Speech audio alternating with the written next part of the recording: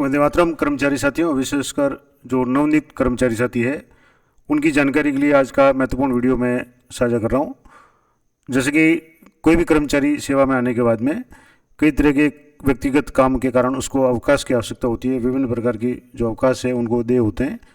Probation में कौन कौन से अवकाश देय होते हैं और सामान्य जो भी कार्मिक है जिनका प्रोबेशन पूरा हो गया है उनको कौन कौन से अवकाश देय होते हैं। इसके अलावा मंत्रालय कर्मचारी है उनके लिए कौन से एक्स्ट्रा जो भी अवकाश वगैरह है वो दिए होते हैं। सामान्य जानकारी अवकाश की प्रत्येक कर्मचारी को होनी चाहिए। तो आज की इस वीडियो की श्रृंखला में मैं कोशिश करूंगा कि 2 या 3 वीडियो में सभी अवकाश के बारे में विस्तार से जानकारी दूं, ताकि आपको भविष्य में किसी भी अवकाश के संबंध में किसी से पूछने की आवश्यकता नहीं पड़े, अच्छी सी जानकारी आपको हो जाए। तो आइए शुरू करते हैं। सबसे पहले बात करेंगे आकस्मिक अवकाश या CL, जिसको कैजुअल लीव कहा जाता है। CL जो सामान्य रूप से सभी कर्मचारियों को मिलती है।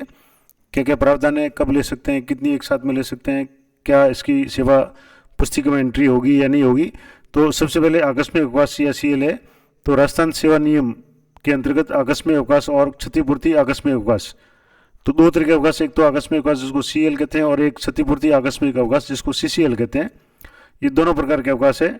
इसको अवकाश की श्रेणी में शामिल नहीं किया गया है। तो सबसे इम्पोर्टेंट बात, तो जो CL और CCL आकस्मिक अवकाश और क्षतिपूर्ति आकस्मिक अवकाश है, ये अवकाश की श्रेणी में शामिल नहीं है, क्योंकि उपरोक्त अवकाशों के दौरान राज्य सरकार या राज्य कर्मचारी द्वारा कर्तव्य वेतन आहरित किया जाता है, यानी इसका पेमेंट इनको दिया जाता है, इसलिए इनको अवकाश की श्रेणी में नहीं माना जाता। अब देयता क्या है, किस किस को कितने मिलता है। तो स्थायी राज्य कर्मचारी जो भी होते हैं, परमानेंट होते हैं, उनको 1 वर्ष में 15 CL मिलती है। इसके अलावा 3 दिन लगातार देरी से आने पर कर्मचारी का 1 दिवस का आकस्मिक अवकाश काटा जाएगा। ये भी एक अनुशासनात्मक कार्रवाई के रूप में, अगर कोई कर्मचारी लगातार 3 दिन तक देर से आ रहा है, जो भी कार्यालय समय है उस पर नहीं आ रहा है, तो उनके जो भी अधिकारी है वो 1 CL 3 दिवस के एवज में एक आकस्मिक अवकाश है वो काट सकते हैं। अब बात करेंगे कि अवधि क्या होती है, कब से कब तक 15 CL है, ये कब से कब तक मिलती है। तो अवकाशकालीन विभाग, जैसे राजकीय विद्यालयों की बात करें तो शिक्षा विभाग है वो अवकाशकालीन विभाग आता है। उसमें शैक्षिक कर्मचारी जो होते हैं, टीचिंग स्टाफ होता है, उनके लिए आकस्मिक अवकाश से उसकी गणना 1 जुलाई से 30 जून तक की जाती है। यानी आपको 1 जुलाई से 15 CL मिलती है और 30 जून तक आप उसको काम में ले सकते हैं। उसके बाद में कार्यरत जो भी मंत्रालय कर्मचारी है, जो जैसे विद्यालय में कार्यरत जो भी LDC UDC या अन्य जो भी मंत्रालय कर्मचारी है, सहायक कर्मचारी सहित, उनके लिए आकस्मिक अवकाश है उसकी गणना 1 जनवरी से 31 दिसंबर तक की जाएगी।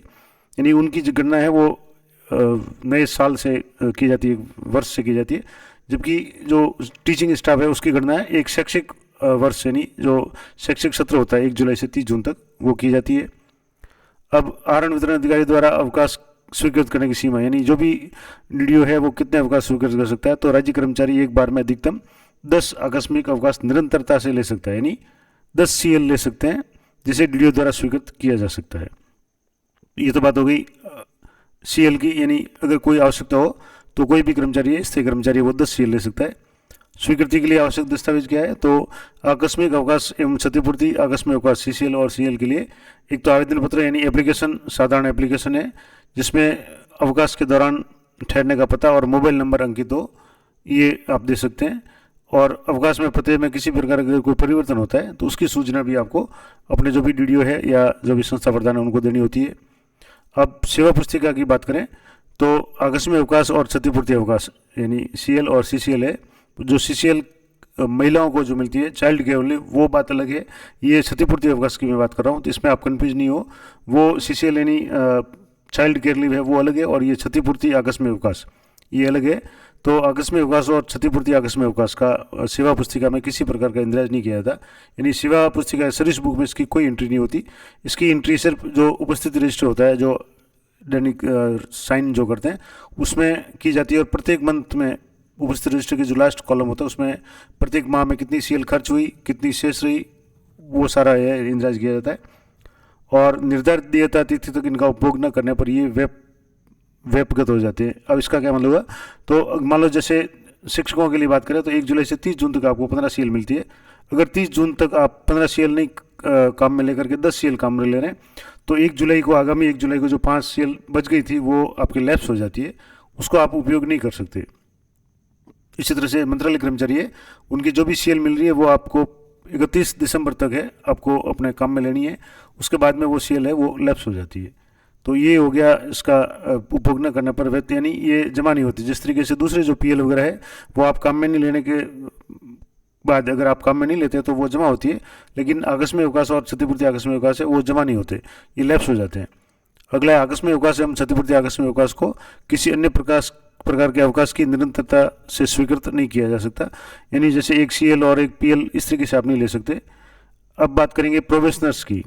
तो प्रोबेशनर्स के लिए नवनियुक्त कर्मचारी को कार्यभार ग्रहण करने की तिथि से पूरे 1 वर्ष के लिए 15 आकस्मिक अवकाश दिए होंगे, यानी उसको नियुक्ति तारीख से 1 साल तक है वो 15 अवकाश दिए होते हैं। लेकिन कैसे होगा, अपूर्ण वर्ष अवधि में, जैसे मान लो 1 महीने की सर्विस हो गई तो 1 महीने की सर्विस के हिसाब से 1.25 यानी सवा CL, यानी मान लो आप जैसे 3 महीने या 4 महीने आप काम करेंगे तो आपको 5 CL मिल जाएगी। तो इस तरीके से 1.25 आकस्मिक अवकाश के हिसाब से गणना कर आकस्मिक अवकाश अर्जित किया जाएगा।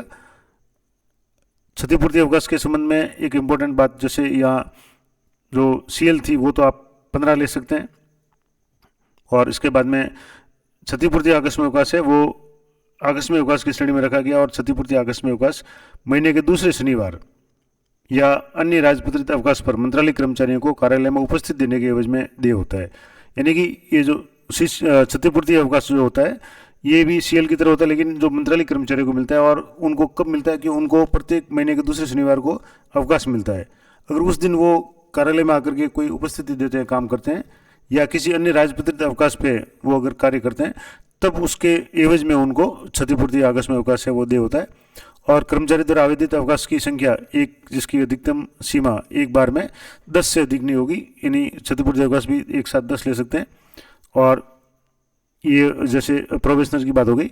अब जो दूसरी सबसे इम्पोर्टेंट बात है वो है PL, यानी उपार्जित अवकाश, जो प्रिविलेज लीव होती है या उपार्जित अवकाश। इसके लिए जो नियम है वो नियम 91, 92 और 94 है। अब इसका क्या नियम है, तो एक कैलेंडर वर्ष में शैक्षिक कार्मिकों को, यानी जो भी टीचिंग स्टाफ है उनको अधिकतम 15 दिवस, और मंत्रालय कर्मचारियों को 30 दिवस का उपार्जित अवकाश देय होता है। कारण ये होता है कि मंत्रालय कर्मचारियों के लिए, जैसे यहाँ शिक्षा विभाग की बात करें तो शीतकालीन अवकाश होता है, ग्रीष्मकालीन अवकाश होता है, लेकिन मंत्रालय कर्मचारियों को ये अवकाश देय नहीं होता, और उनके एवज में उनको 15 की जगह 30 उपार्जित अवकाश है वो देय होते हैं।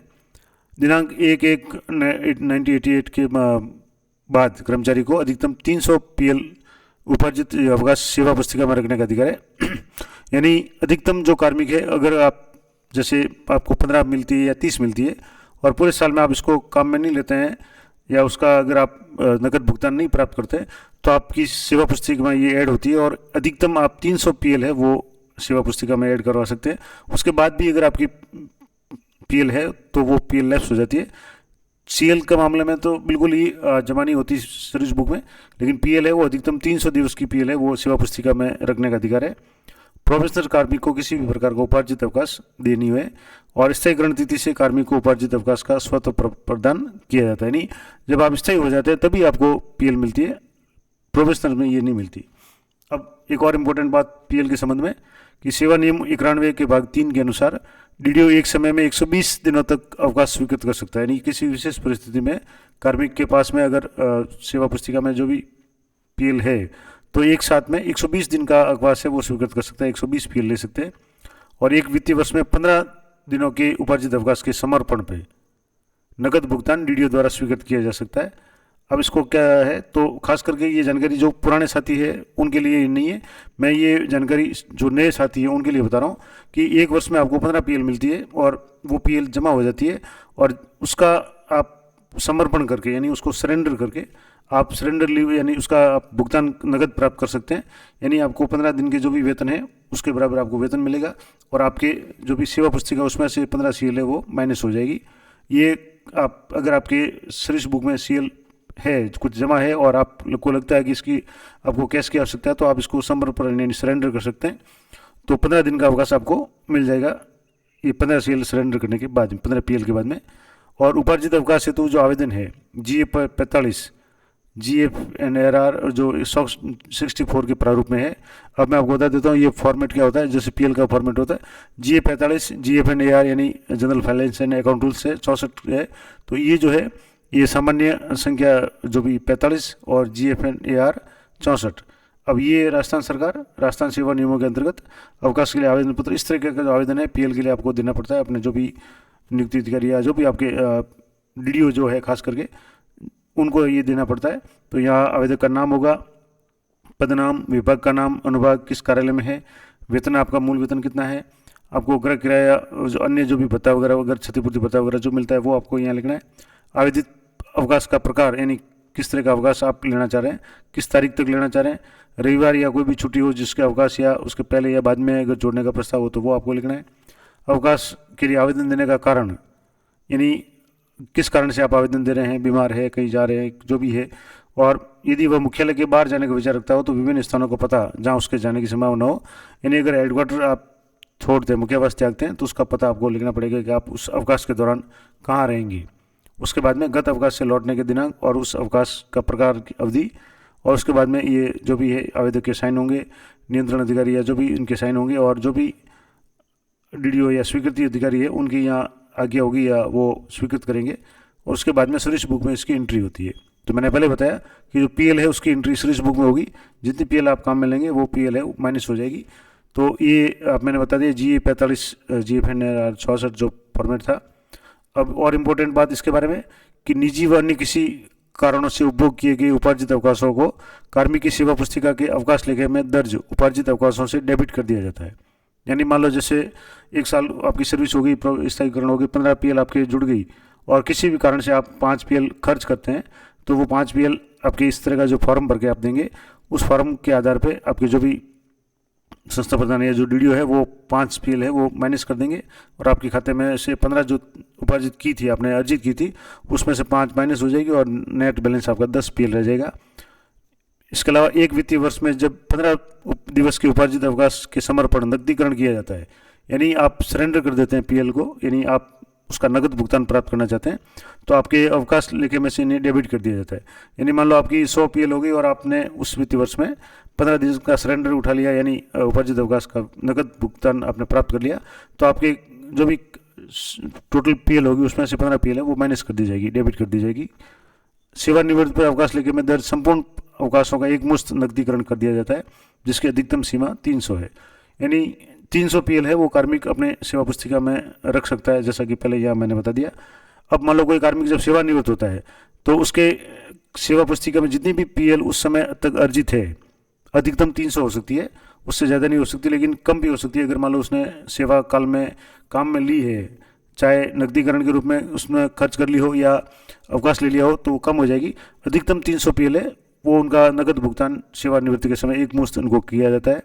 बाकी समय में आप सिर्फ 15 पीएल का भुगतान नकदीकरण एक वित्तीय वर्ष में आप प्राप्त कर सकते हैं। तो ये थी पीएल के संबंध में बात। अब बात करेंगे अर्धवेतन अवकाश के संबंध में। अर्धवेतन अवकाश यानी नियम 93.1 जो है, इसके अनुसार प्रत्येक राज्य कर्मचारी को प्रत्येक पूर्ण वर्ष की सेवा पर यानी 1 साल की सेवा पूरी करने के बाद 20 दिनों का अर्धवेतन अवकाश देय होता है। अब अर्धवेतन अवकाश यानी जिसको सामान्य भाषा में जैसे मेडिकल भी कहते हैं, तो वो भी इसमें है। अब इसको वापस रूपांतरित किया जाता है। तो इसमें क्या होता है कि सेवा नियम 91A के अनुसार डीडीओ द्वारा एक समय में 120 दिनों तक का यह अवकाश स्वीकृत किया जा सकता है। और इसके लिए क्या जरूरी है, तो स्वीकृत जो दस्तावेज, एक तो कार्मिक के आवेदन पत्र और चिकित्सा प्रमाण पत्र के आधार पर इसको स्वीकृत किया जाता है। यानी आपको मेडिकल सर्टिफिकेट देना पड़ता है डॉक्टर के द्वारा कि आप बीमार है और आपको इस तरह के अवकाश की आवश्यकता है। तो इसमें क्या होगा कि उपभोग किए गए अवकाश का अवकाश लेखे में दर्ज अर्धवेतन अवकाशों में से डेबिट कर दिया जाएगा। यानी जितना आप अवकाश लेंगे, आपके जो भी सर्विस बुक होती है उसमें शुरुआत के जो पेज होते हैं उसमें तो आपकी सर्विस रिकॉर्ड होता है, जिसमें सेवा सत्यापन, आपकी नियुक्ति और अन्य जो भी वेतन संबंधी जो भी जानकारी होती है। और सर्विस बुक के लास्ट के जो पेज होते हैं उनमें अर्धवेतन अवकाश और पीएल दोनों का मेंशन होता है। सीएल का मैंने पहले बता दिया कि सर्विस बुक में कोई मेंशन नहीं होता। तो अब इसमें जो भी कार्मिक है वो मेडिकल जैसे बीमार वगैरह हो गया तो उस समय अर्धवेतन अवकाश है, उसको उसके जो भी खाते में जो भी अवकाश दर्ज है, यानी 20 प्रत्येक साल 20 जो अर्धवेतन अवकाश एचपीएल जो जुड़ती है, उनमें से जितनी भी आप काम में लेंगे वो माइनस हो जाएगी। और प्रोफेशनल्स कार्मिक को ये अर्धवेतन अवकाश है वो दे नहीं होता है। अब है रूपांतरित अवकाश। तो रूपांतरित अवकाश और ये दोनों एक दूसरे से जुड़े हुए हैं। कैसे जुड़े हुए हैं, तो ये नियम 93B है जिसमें राज्य कर्मचारी को दे अर्ध वेतन अवकाशों की आधी संख्या तक, यानी जो भी अर्ध वेतन अवकाश आप अर्जित करेंगे, जैसे एक साल में आपने 20 कर लिए, आधी संख्या तक रूपांतरित अवकाश स्वीकृत किया जा सकता है जो उसकी स्वयं की बीमारी पर देय होगा। यानी खुद बीमार रहता है तो उसको चिकित्सा प्रमाण पत्र के आधार पर ये एक तरह से इसमें रूपांतरित कर दी जाती है अर्ध वेतन अवकाश, और 2 दिन के 1 दिन के एवज में 2 HPL है वो काम में ली जाती है। अब इसके लिए क्या करना पड़ेगा, तो सेवा नियम 91B के अनुसार DDO द्वारा एक समय में 120 दिन तक का ये अवकाश स्वीकृत किया जा सकता है। और इसके लिए चिकित्सा प्रमाण पत्र है वो अलग अलग सक्षम अधिकारी कितने दिन का दे सकता है वो भी मैं बताऊंगा, और इसका फॉर्मेट भी आपको बताऊंगा। तो जैसे रूपांतरित अवकाश हेतु आवेदन पत्र और अवकाश पश्चात कार्यग्रहण करने पर कार्यग्रहण आवेदन में, यानी एक तो आपको एप्लीकेशन देनी पड़ेगी कार्यग्रहण की और कार्यमुक्त जो भी है, उसके बाद में रोग और आरोग्य प्रमाण पत्र DDO के सम्मुख प्रस्तुत करना होगा। यानी जब भी आप बीमार पड़ते हैं तो उसका रोग प्रमाण पत्र, और जब फिट हो जाते हैं स्वस्थ हो जाते हैं तो आरोग्य प्रमाण पत्र, यानी सिकनेस और फिटनेस दोनों आपको देने पड़ेंगे। और इसमें क्या होगा कि जब रूपांतरित अवकाश स्वीकृत किया जाता है तो उसके एवज में दुगनी संख्या में अर्ध वेतन अवकाश खाते में से कम कर दिया जाता है और भुगतान फुल पे के आधार पे किया जाएगा। यानी मान लो आपका वेतन निरंतर बना रहे, वेतन में कमी नहीं हो, इसके लिए आप जैसे 10 दिन तक मेडिकल पे रहते हैं तो 10 दिन का अगर जैसे आप रूपांतरित अवकाश है तो उसमें आपकी 20 दिनों के जो 20 HPL है वो काम में ले ली जाएगी और आपको 10 दिन का वेतन है वो मिल जाएगा। यानी कुल मिला करके आपका वेतन है वो बाधित नहीं होगा। और नियुक्ति तिथि से 3 वर्ष बाद ये अवकाश स्वीकृत किया जा सकता है। तो ये हो गया। अब इसमें चिकित्सा प्रमाण पत्र के संबंध में क्या है कि कोई भी चिकित्सा अधिकारी जो नॉर्मल मेडिकल ऑफिसर है वो बाह्य रोगी को यानी आउटडोर पेशेंट को 15 दिन का ये मेडिकल दे सकता है सर्टिफिकेट। वरिष्ठ चिकित्सा अधिकारी होता है वो 15 से 30 दिन तक सर्टिफिकेट या अवकाश का प्रमाण पत्र दे सकता है। मेडिकल बोर्ड है वो 45 दिन तक दे सकता है, और होम्योपैथिक चिकित्सक है वो भी 15 दिन तक का जो भी है अवकाश दे सकता है। अब इसके लिए आपके जो फॉर्मेट कैसे होंगे, तो इस तरीके का मेडिकल सर्टिफिकेट सिकनेस का होगा और ये फिटनेस का होगा। जैसे इसमें डॉक्टर है वो यानी जो भी डॉक्टर उसका नाम होगा कि examination the case year by certified that mister missus जो भी कार्मिक है वो is signature is given below, जिसके साइन नीचे है, सफरिंग फ्रॉम जिस भी बीमारी से वो पीड़ित है, and consider that a period of absence from duty of, जितने भी दिन के वो अवकाश उसको आवश्यकता होगी वो यहाँ डॉक्टर लिखेंगे कि इस बीमारी से व्यक्ति पीड़ित है और इस कारण से इतने दिनों का इसको रेस्ट की आवश्यकता है और इसलिए इसको अवकाश दिया जाए। ये जो है सिकनेस होगा, ये फिटनेस होगा। इसी को हिंदी में इस तरीके से होगा कि मैं जो भी डॉक्टर का नाम होगा मामले की सावधानीपूर्वक जांच करने के पश्चात प्रमाणित करता हूँ कि श्री या सुश्री जिनके हस्ताक्षर नीचे दिए हुए इस रोग से पीड़ित है, और मैं समझता हूँ कि दिनांक इतने से इतने तक की अवधि के लिए उनकी अनुपस्थिति उनके स्वास्थ्य के लिए नितांत आवश्यक है, और इस कारण से उनको ये इनके साइन होंगे जो भी चिकित्सक है, और यहाँ रजिस्ट्रेशन नंबर वगैरह होगा। अगर इसका दूसरा फॉर्मेट आप चाहें तो इस तरह का फॉर्मेट भी होता है, रोग प्रमाण पत्र, जिसमें चिकित्सा विभाग राजस्थान सरकार की तरफ से ये काउंटर फाइल होगा। ये फाइल जो इसका जो पेज होगा वो जहाँ से आप जिस अस्पताल से रहेंगे वहाँ इसका रिकॉर्ड रहेगा, एक कॉपी आपको मिलेगी। ये रोग प्रमाण पत्र है। इसका जो दूसरा है वो आरोग्य प्रमाण पत्र। रोग प्रमाण पत्र में डॉक्टर लिखेगा कि इतने से इतने तारीख तक आपको स्वास्थ्य के कारण आप ड्यूटी पे नहीं जा सकते, इसको आपको आवश्यक है, इसकी मतलब एक तरह से रेस्ट जरूरी है। आरोग्य प्रमाण पत्र में डॉक्टर यहाँ लिखेगा कि मैं, डॉक्टर का नाम आ जाएगा, प्रमाणित करता हूँ कि मैंने यानी जो पेशेंट का नाम है को जिस विभाग में कार्यरत है भली भांति जांच लिया और वो अपनी जो बीमारी थी उससे मुक्त हो गए और राज्य सेवा कार्य के लिए पूर्ण योग्य है। और मैं प्रमाणित करता हूँ कि इस निर्णय से पहुँचने से पहले मैंने जो भी अस्वास्थ्य प्रमाण पत्र रोगी के सभी जो भी डॉक्यूमेंट्स वगैरह उसकी जांच कर ली है, और इस तरीके से डॉक्टर के साइन होंगे। तो ये सिकनेस और फिटनेस, जो आरोग्य प्रमाण पत्र और रोग प्रमाण पत्र, इस तरीके के फॉर्मेट होंगे, ये आपको देने पड़ते हैं अगर आप रूपांतरित अवकाश या अर्ध वेतन अवकाश को रूपांतरित अवकाश में चेंज करना चाहें तो वो है। अगली वीडियो में जो कुछ अन्य अवकाश है जिसमें अदेय अवकाश है, इसके अलावा असाधारण अवकाश है, विशेष असमर्थ अवकाश है, प्रसूति अवकाश है, पितृत्व अवकाश, दत्तक ग्रहण अवकाश और बालक देखभाल CCL है, या दिन अवकाश के संबंध में अन्य अवकाशों के बारे में अगली वीडियो में डिस्कस करेंगे। वीडियो थोड़ा सा लंबा हो जाएगा तो अगली वीडियो में इस बारे में चर्चा करेंगे। तो चैनल पर बने रहें और चैनल को सब्सक्राइब कर लें ताकि जब भी नया वीडियो अपलोड हो तुरंत आपको उसका नोटिफिकेशन मिल जाए। और ये जो भी वीडियो है अधिक से अधिक जो भी नवीन साथी है, जो नए कर्मचारी है, जो नए सेवा में आए हुए हैं, उनसे शेयर करें ताकि उनको भी इस विभिन्न अवकाशों के बारे में सामान्य जानकारी हो सके। तो मिलते हैं नेक्स्ट वीडियो में, तब तक जय हिंद, जय भारत।